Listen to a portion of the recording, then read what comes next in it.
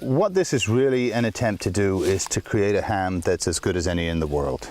And when I realized how a true woodlands free-range ham, as opposed to just a pastured pig which is sitting in a field, what a real mountain environment could do for the quality of pork, I studied that in Italy, in Tuscany, with the production of the Cinta and tasted some of the best hams out of Spain, also all grown in the mountains and on the Dehesa under oaks.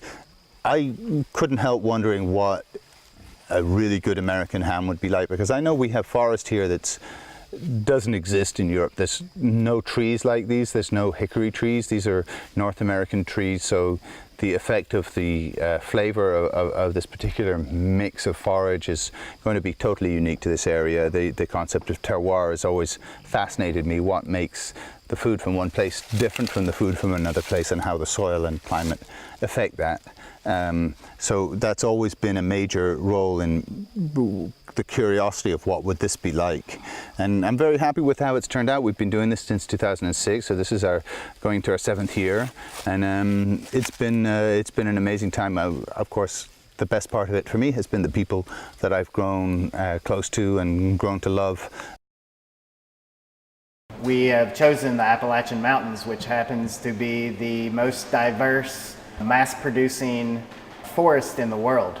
So our pigs have a very diverse diet: hickory, pawpaws, acorns, root scrubs, beech nuts, what have you. The flavor of what they eat goes into their fat, and the fat is the most important thing in the curing process, because that's what gives the flavor to our finished product. We try to leave everything as it is naturally, cure it in an old world style over a long, slow period of time to gradually work that pH down to develop the very rich, robust flavors that the pork lends itself. It's roughly about a 3-year project, because we have to raise the pigs. We farrow all the pigs on the farm out in the open. So they're born in the pastures, they're grazed on the pastures, and they're finished in the woods. Our farm is ran specifically for this as an end product.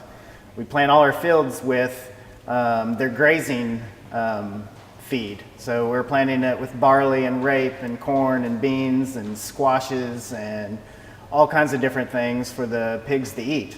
The soil content of where you plant your grapes is so important with wine. It's the same with our pigs. It's the minerals that are in that soil that develop the flavor of the pigs. So we graze those pigs on what we raise, and then put them up into the Appalachian forest on the hillsides, where they get lots of exercise. They drive that intramuscular fat to the center of the loins. And like I said, the fat is where the flavor is, so you want that development of those intramuscular fats. The most satisfaction is when people actually taste that ham for the first time 3 years later and understand and appreciate the flavors that come out of that ham, and then you explain to them all the processes that you go through in order to create that flavor that they have just put into their mouth. So we've been working with Fossil Farms in New Jersey to distribute in the New York area, and I'm really looking forward to seeing reactions of the chefs up in that area. My name is Daniel Del Coro. I'm the Director of Accounts for New York City for Fossil Farms. And I've had the great pleasure of working with Woodlands Pork and the folks down from Black Oak Collar Farm for the past 4 years. But I had no idea the level of involvement that they're putting into raising these hogs, the forestry management, the sustainable husbandry practices, and the passion. The level of passion was striking from all of them down there. These were the happiest pigs I've ever seen on a farm. I mean, the quality of life that they're living is a testament to how great the product is. As far as Woodlands Pork is concerned and their products, I know they have the goal to be the best cured ham in the world. I think they're well on their way. the flavor that you get from one of their hams is so singular that it's really fun for me to bring this product around and share it with chefs, because each time it's an eye-opening experience for them. They take a slice, they start to chew it, and the flavors open up of the ham, and their eyes start to open with the flavors, because they get excited. It's palpable. You can see them experiencing the product for the first time, and once they do, nearly everyone I've shared it with get it. They get what's going into the program after I talk to them about it. They get what the flavors are, and they become fans of the product, and inevitably they start to work with it.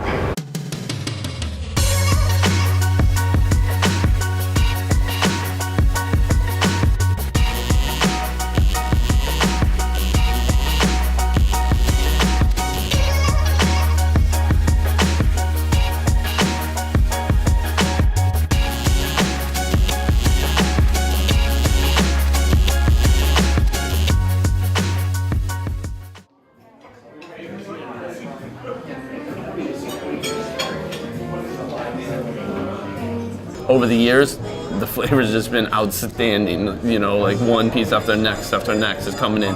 Their whole vintage series of their prosciuttos and whatnot.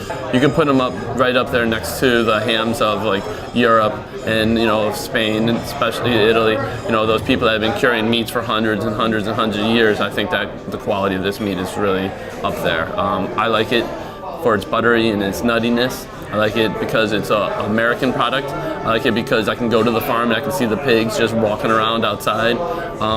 You know, for all those reasons, I like it. And I like it because I've seen it from the very beginning to now. The care that they give these animals, you know, really comes through on the plate. It's like the people that come dine at my restaurant, they want to have something different. There's 20,000 restaurants in the city, and if everybody serves prosciutto, well, you know, my prosciutto needs to be better than the next person's. It can't be this one from Italy that everybody's using.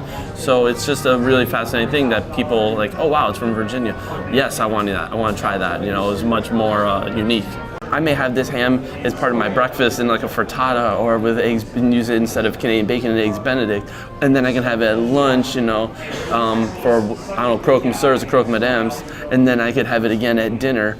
I had a brandy and ham platter, and that was my dessert course for a while. And so that was like you ate your whole meal, and then for dessert you got a platter of these. I had 2 different vintages at the time, and then I had different brandies, and so that was a platter for 2 people. I thought that was cool and unique, you know. I'm looking at the lines. The lines are the streaks of the fat, and the fat is what I want, you know. I mean, it's kind of like with Kobe beef.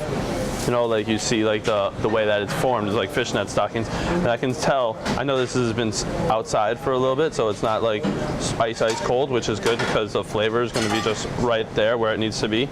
But I can tell just by feeling it, just by feeling how my hands are, that it's going to be, the fat content and the salt content is probably right there. You know, like it's gonna be good, man. Look at that. I think that the meat, the flavor of the meat, you can feel the nut, you can feel the pork, you can feel the fat in your mouth, you can feel it like melt on your mouth. Yeah, it's delicious. Delicious, absolutely delicious. Yeah, I'll take 15 and just keep them on side for me. I'll take one at a time. Okay.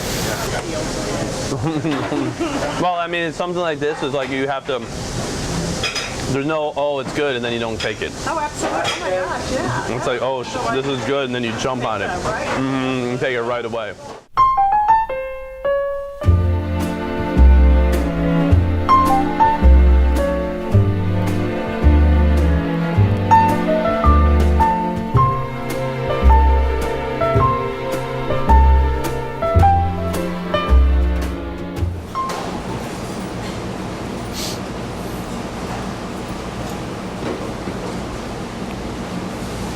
Wow.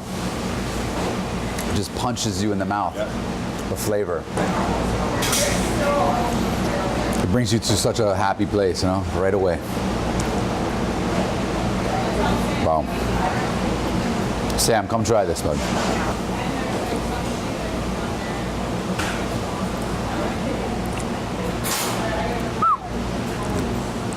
Huh? I mean, it's perfect because, you know, a lot of times you see like prosciutto di Parma or whatever, and it's like, it's very moist and like soft a little bit. Where this is like the whole way through, you know. I mean, I like this better. I've been to Barcelona, you know? Yeah. And it's great, but this is amazing too. I mean, it's incredible. I mean, why wouldn't you want to serve this, you know? Yeah. Like a chestnut risotto or chestnut ravioli, Yeah. and then have like a beautiful fork wrapped around this meat wrapped around the fork, and they take a bite of the risotto, and then they have that. It's like, yeah, that's cool, you know. Yeah. Oh, I mean, beautiful. It's like I never tasted anything so beautiful before, man. Luke Bergman, I'm a chef de cuisine at Colicchio & Sons, and I was just greeted with the wonderful gift of the Woodlands pork leg. After trying it, I feel traveling to Europe and Spain, this is definitely up there with the highest caliber out there with Iberico.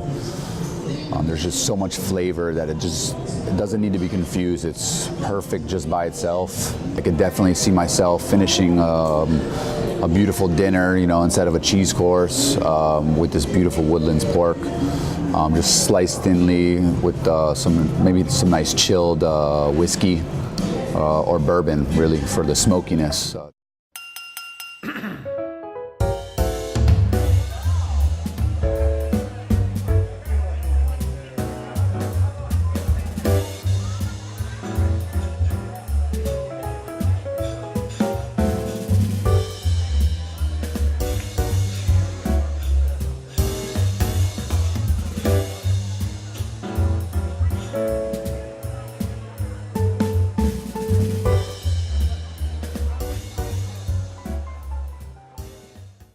I'm Dan Kluger, we're at ABC Kitchen. Just finished tasting the Woodlands Country Ham. It's really hard to find an American product that stands up like that. There's only a couple of prosciuttos and hams that I think really are of the same quality. It's nice to see that there's this ham that's being made here in America on a small scale. I mean, it's really, you talk about something that's very boutique-y and artisanal. I think we figured out there was about 200 that we could get for the year. These guys are putting a lot of effort to creating a great product. It's kind of the Iberian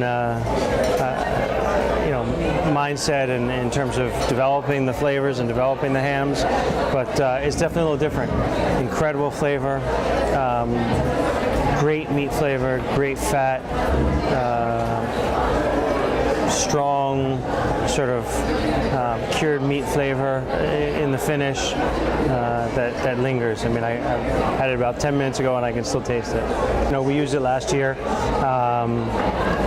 We look for the small producer doing great products, and this seems to be right in line with that. We loved it last year. This one seems even just a little bit better. So I look forward to doing something with it for this year. I kind of would like to stop eating this. I'm leaving it with you, so that's going to be your decision. You got the carrot, 2 chicken, 2 more chicken, right? With a turkey, the special one. Coming up after.